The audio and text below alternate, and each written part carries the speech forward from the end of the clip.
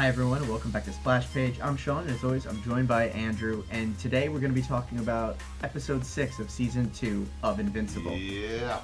And Andrew, I think more than any other episodes in this series, except maybe the end of last season, these two episodes, 5 and 6, could truly be like a be continued. We go directly from the end of episode 5 directly into episode 6. Yeah.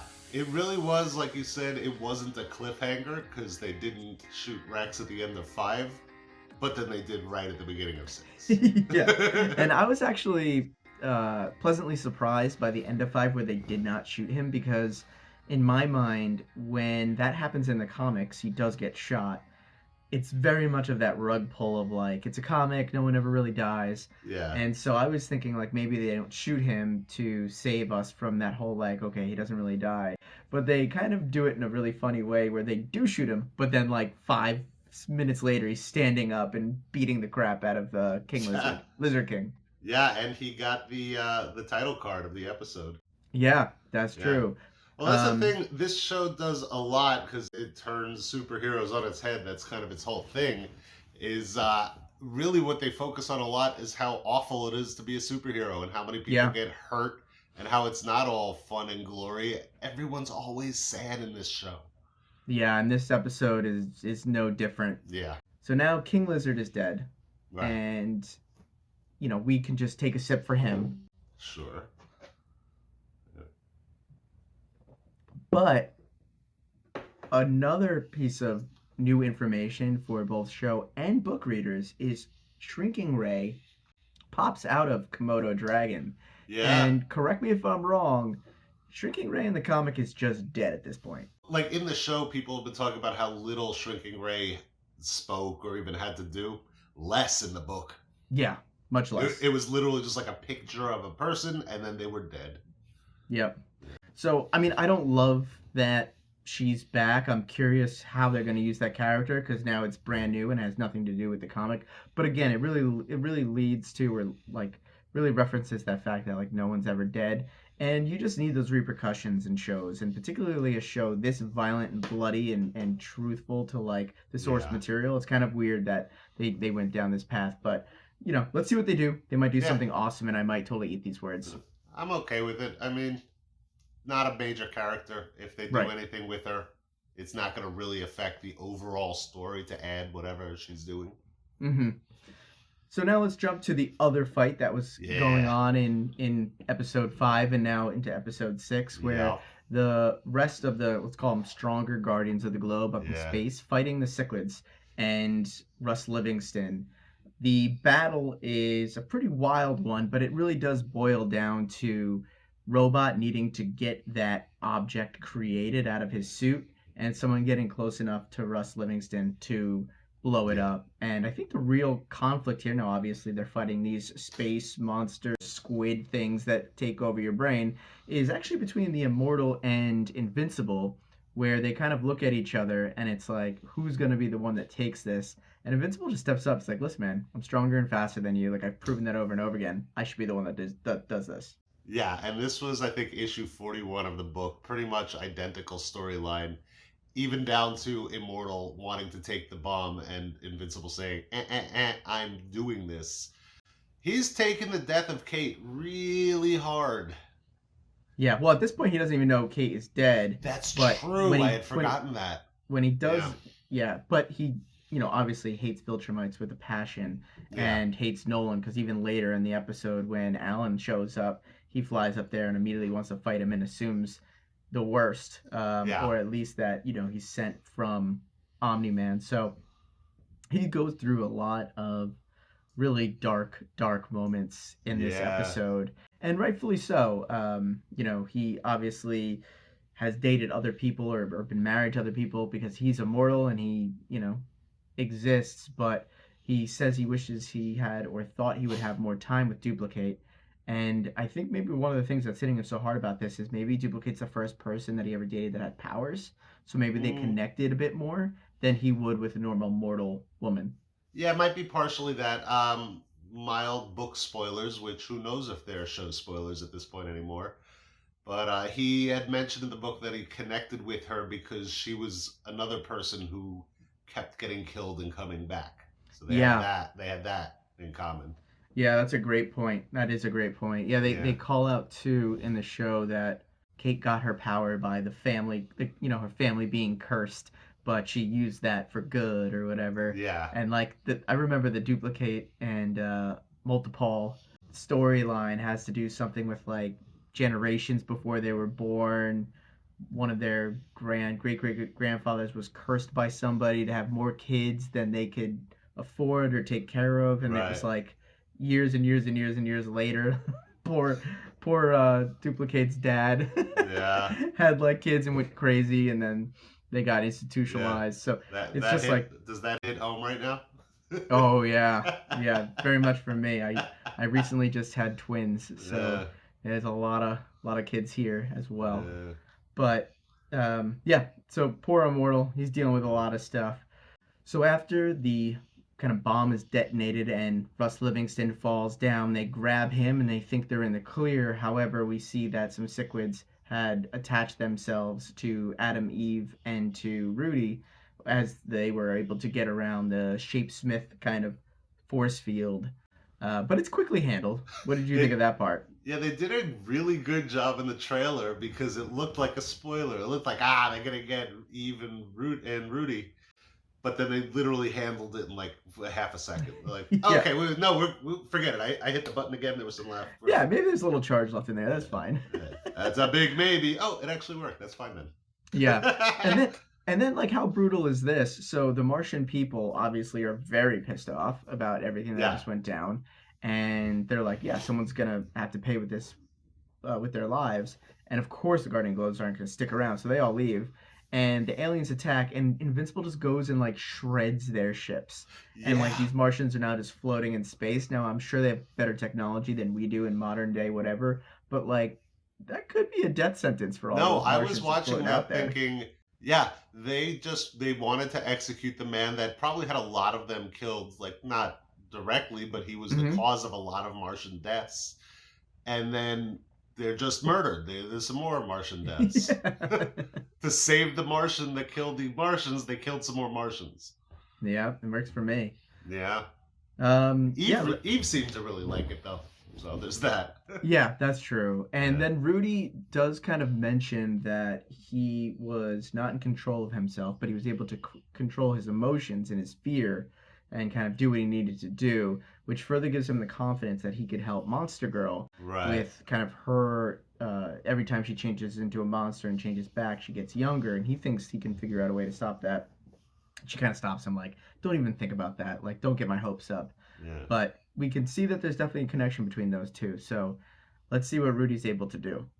Now we're back on Earth, and we see that Debbie's really starting to connect with Mark's half brother, who Yeah. she names Oliver, naming him Oliver in honor of her father, I which is a assume nice it's her. I touch. assume it's her father and not Yeah, Nolan's dad. right. Yeah, Yeah. and yeah, it's they're becoming a little family, and Cecil, as you would imagine, is like, let me get that kid, let me get that Yeah, kid, hand them and over.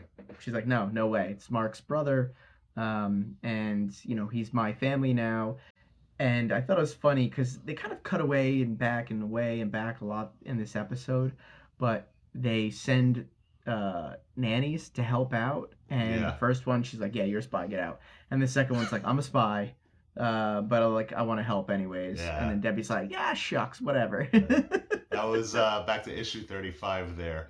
We then go to a relationship that Mm, has been kind of rocky, but also kind of smooth in Amber and Mark, in the sense that, like, Amber now is very understanding and very appreciative of the work Mark is doing as Invincible and saving the world, but she is kind of feeling a little alone, and you could completely understand that because he's disappearing for sometimes months at a time. yeah, And they go to a coffee shop and they actually say that like they've been apart for so long it actually kind of feels like a first date, and in fact a bad first date. yeah.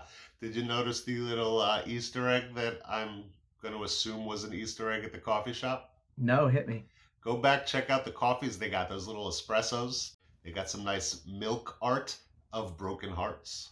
You know how they put Okay. the steamed milk in the Yeah. espresso? It looks like broken hearts. Interesting. Yeah, Wow. yeah, A little foreshadowing. Love that. And the at the end of this episode where Mark goes to talk to Art and yeah, Amber is talking to Eve, which is very interesting and that kind of does happen in the comic as well. You see that they're kind of headed toward that heartbreak because the reality of a normal human yeah, girl who just wants to have a normal life and have a boyfriend and do things like that in college just doesn't really work with a superhero and probably like at this point the predominant superhero in the world.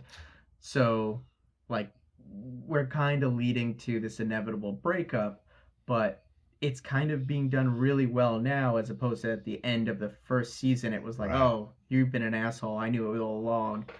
So I'm really curious to see if people have kind of turned around and now appreciate Amber a bit more than they did. Yeah, it'd be interesting to see. And again, it makes sense to me, but also they couldn't just have her be unlikable and break up. Right. So, but and they're doing a good job and similar to the book. And while we're on the topic of relationships, I really enjoyed the moment that Eve finds out that Mark and Amber are having relationship problems from Rex. Yeah. Because this show is great at dropping entire character backstories in a throwaway line that has nothing to do with what they're talking about at the moment when she just tells Mark, "Oh yeah, I brought him a bunch of like magazines about home decorating because he never had a home." Like the amount Yeah. that says about Rex in Mm-hmm. that one throwaway line is, yeah, hats off to the writers there. That was great. Yeah, and it came off the heels of Rex kind of telling Mark that he's always been an ass to all the Yeah. girlfriends he's ever had and all the women he ever liked. So yeah, they're really making the Rex character. I mean, especially with like the bloodshot eye and the half shaved head, like you feel for him now. He's Yeah. not just this crass joke. Yeah. You're kind of rooting for him. So it's nice to see the way that they can develop these characters and kind of make them make you feel different ways about them. Yeah. Even though we've only had, I don't know, 14 episodes at this point over the span of 17 years. But but I do really enjoy the Rex character now. Luckily it's a cartoon, so they don't age too much. Very yeah. If it Yeah. if it wasn't, that'd be very funny. If it wasn't, it would be Stranger Things. Yeah. Yeah. And so another kind of relationship that had never really taken off was Rick and William. Yeah. Rick is back, and who delivers him but our friend Donald? Yeah. Meaning, to everyone that paid attention to last episode or 2 episodes ago, um, we're assuming Rick is now that kind of exoskeleton person, just like Cyborg. Donald is. Yeah. Cyborg. Yeah, just like Yeah. Donald is. That was just in case anyone's keeping track, issue 38 when Rick and Donald was there to help Rick through it. But we were talking last week about whether or not Donald had been a cyborg all along or just Mm-hmm. since then. I found a portion in the book where Rick gets mad at Donald for pretending to understand. It's like, how could you understand? Mm. And Donald said, no, no, no, I too am a cyborg. And he opens up his arm or whatever. And then he says he was killed in the field and put back together without any of his memories or any of his emotions, and he lost his wife over it until he came to terms with it. So I guess there was a moment in the book, pre-book, where Donald was killed and turned into a cyborg. Yep, gotcha. Yeah. Yeah, because we were talking. I didn't remember him like ever not being a cyborg in the Yeah, comic. So and that I makes sense. almost missed that line going back through it. Like it's Mm-hmm. very like small. So Yeah. And so Rick seems to be going through a lot, and while William is certainly there to help him, I'm very curious on what's going to happen with that relationship. Is yeah. Rick going to be able to be stable enough to have a relationship, or is he going to go off the deep end? Yeah, Rick is trying to keep it together, but he's kind of acting emotionless like Donald last season. Um, Mm-hmm. and he's got serious PTSD and doesn't have memories and lost a lot, but he's very like even keeled. And William is definitely worried because of how much he's overselling it. Like, isn't it great you're back? You're going to come to college. I got you the Right. room next to me. I decorated it. You're doing amazing. Like, he's way too excited. Yeah, it's going to crash and burn, I think. Yeah, I agree. Yeah.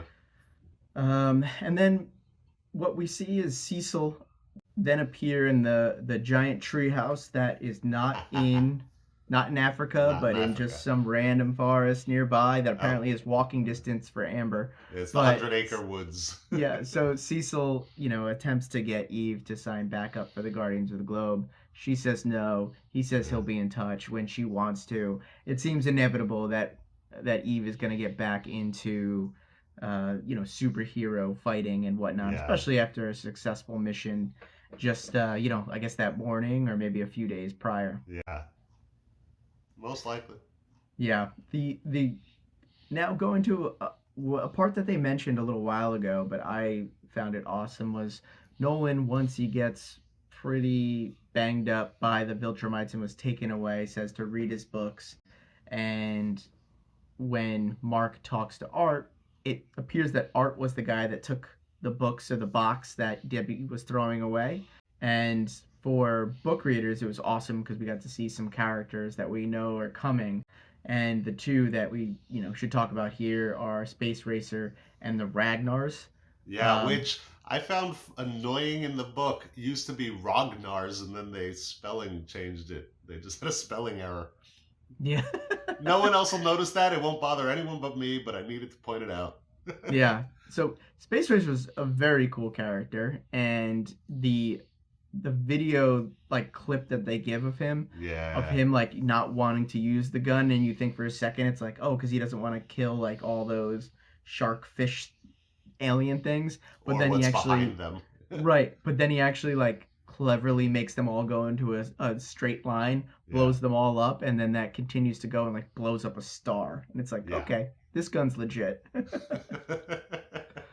And then the Ragnar, uh, they are kind of this weird cross between Tyrannosaurus Rexes and purple alien things, and Sure. they are violent.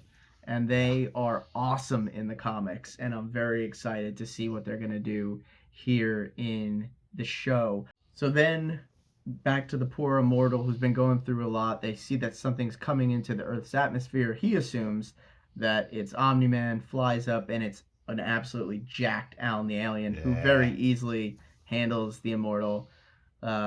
Makes sure that we have douchebags here on Earth. It's very And then important if he wants to keep making that reference. yeah, and then talks to Mark about what's going on and how the leader of the coalition is a Viltrumite and he wants to meet Mark. Yeah. Yeah, he scans all the books because Mark doesn't want to go back to Telestria. Mm-hmm. Because he's been off Earth more than he's been on Earth at this point. Yeah, for sure. Yeah, basically they have that conversation in his dorm room, and Alan says he'll go look into the rumors of the Viltrumite prison ship, see if he can find his dad if he's not already executed. Yeah, and then we do go to the prison ship and see a bunch of different captives as well as Nolan. Do we get a quick glimpse of Battle Beast? I didn't see it. If we do, I'll find it. Or not. Because I think it's the first thing that we see when we like the first person we see, but it's through a really thin like veiled like sideways line thing. So take a look and Yeah, we're on the ship, and Craig kind of it's interesting. He gives Nolan the opportunity to repent. Mm-hmm. Do you think he would have taken that if Nolan said, "Yep, I'm back in"? Do you think he would have taken that seriously, or was that a test? It's interesting you say that because what we know of the Viltrumite Empire is it's pretty ruthless. Yeah. So to give someone just like a carte blanche, like okay, you're back, would be surprising. But their numbers are dwindling. I was So about to say maybe we also know there's like 100 of them left. yeah, so maybe they do need every Viltrumite possible. So I don't know. It would have been interesting, but obviously Earth and Thraxa have changed Nolan, and he no longer wants to be part of that. Right before the post credit, we have that one scene with Russ Livingston. Oh, that's right. Yeah. Yeah, Russ is wandering around his apartment, still Ben Schwartz, right? Which is interesting that they kept the same voice actor. Just disgusted with how Shapeshift left his apartment, so much so that he goes and throws up in the sink and is attacked by his own vomit, I guess. The sequid that was living inside of him pops back out and attaches himself, and he's back. Yeah, love that. Love Yeah, that quick cliffhanger. Like, yeah, we think we're in the clear here. Nope, no threat is ever over because it's comic books. I know. But yeah, I mean, again, Kirkman is just awesome at keeping so many balls in the air and to like never give us a moment of like, okay, that's finally done. It's just so fun. Two things what I love about it, the actual visual, like the eyes, the black with the white circle, very Hmm. cool looking, and just feels so bad for Russ Livingston. He Yeah, gets guy can't home catch and a he's break. like, thank God I'm home. These sequids never sleep. I haven't slept in I don't know how long. Finally, I can clean up. Now I got to clean up this. Oh, I'm a sequid again.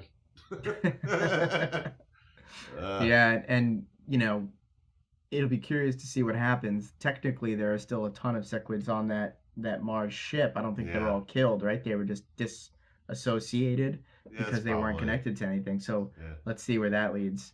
yeah, And then finally, where we thought we would be for a lot of this season, and we really haven't been, is with Ingstrom Levy. yeah, And we see him getting a new suit in yeah. some different universe where it's okay that he's basically a mutant. The Well, guy who's giving him the suit has like 4 arms or yeah, something. I will say I was thoroughly impressed with that Taylor's work as a four-armed man to know how to fit a suit to a two-armed being. Yeah, He with like a really, back brain. yeah, he knows what he's doing. Gorgeous Yeah. suit. I thought that was like the crux of the entire comic book. The scene where Angstrom buys a really fancy suit. But I was taking a look when he gets back to Mark's universe where he Yeah. lands in Times Square, New York.